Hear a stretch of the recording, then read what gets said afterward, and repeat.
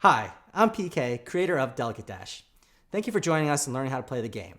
This tutorial will teach you how to play the game in less than 10 minutes. You can skip ahead to different parts of the game by selecting the chapters outlined below this video. Delegate Dash, A Race for the White House, is a 2 to 4 player game played over 13 rounds where the object of the game is to win the presidency. This is accomplished by scoring the most electoral college votes, or winner points, by the end of the game. There are two versions included in Delegate Dash, the basic game and the advanced game. These instructions are for the basic game. Rules for the advanced game are explained in another tutorial. Setup. Each player is a candidate and chooses their party color, red, yellow, blue, or green. Each candidate takes one set of 10 dice corresponding to that color. Separate out all of the red bordered cards and set them aside. They will not be used in the basic game and are only used for the advanced game. Separate out all 15 of the winner cards. These cards have blue backs. Place them face up on the spot indicated on the game board. A recommended tip is to order these cards from the lowest point value to highest. Separate out all the 7 green bordered veto cards. Place those face up on the veto bank spot indicated on the game board. Shuffle all remaining cards and deal out 8 cards to each candidate face down. Set aside all the remaining cards, which will be your draw pile for the rest of the game. Distribute 1 green bordered veto card to each candidate. All candidates now should have 9 total cards, which includes 1 green veto card and 10 total dice corresponding to their party color. Place the Delegate Dash token on round 1. Each candidate rolls 2 dice to determine who goes first. The candidate who rolls the lowest goes first, and play proceeds clockwise from there. Now you're ready to begin. Gameplay. Each round, with the exception of rounds 4, 8, 9, and 13, are played the same way.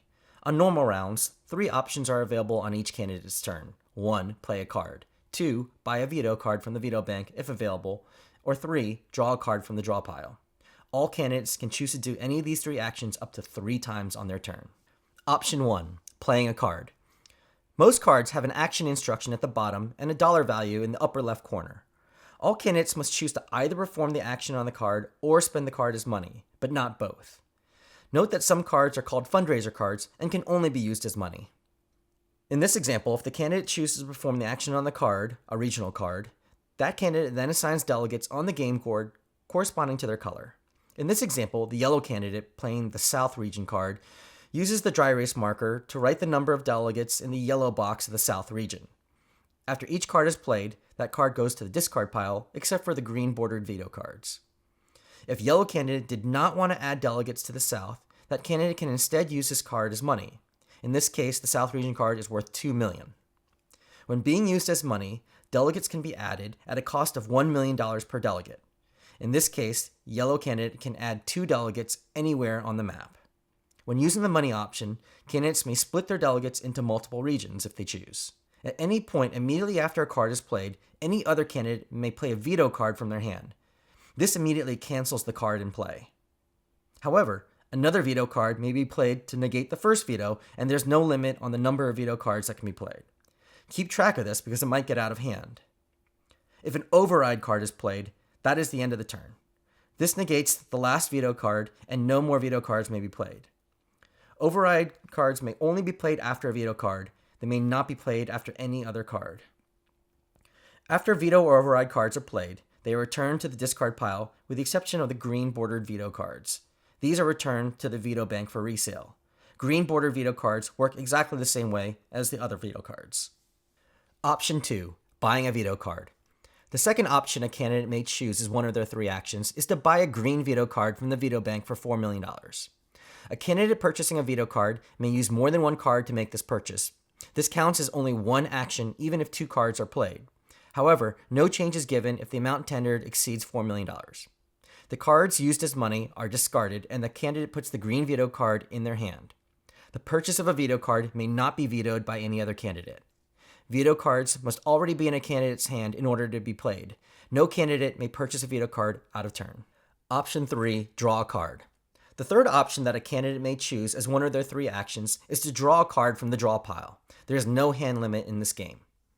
After completing all 3 actions, each candidate always draws 3 cards from the draw pile at the end of their turn unless an action card that has been played directs otherwise. Play proceeds clockwise to the next candidate, who then repeats these same steps.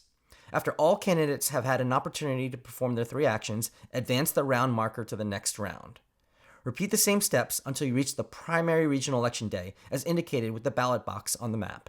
Delegate Limits. No single candidate may have more than 10 delegates in any one region.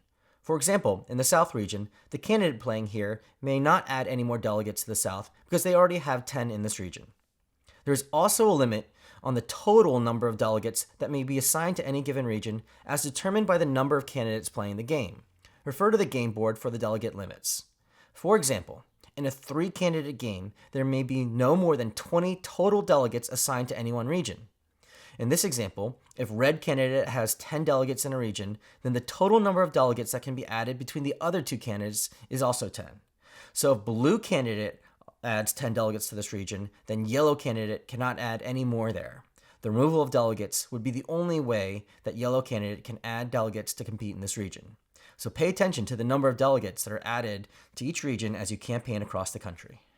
Primary regional elections. Once you've reached rounds 4, 8, and 13, you have arrived at a primary regional election. For the basic game, no cards are drawn or played on this round. Instead, complete the following steps. Starting with the lowest valued region, Appalachian, and proceeding in ascending order of value, each candidate that has at least 1 delegate in that region participates in the primary regional election. All candidates roll the number of dice equal to the number of delegates they have in that region. In this example, 3 candidates have delegates in the Appalachian region. Each candidate chooses the 2 highest numbers of their dice rolled, added together to get the election score for that region. If a candidate has only 1 delegate in a region, then only 1 die is rolled for the election score. The candidate with the highest election score wins the region. The winning candidate collects the winner card for that region and places it in front of them, clearly visible to all other candidates. That candidate is now designated the incumbent for that region. Move on and repeat the same procedures to determine the winner of each of the other regions.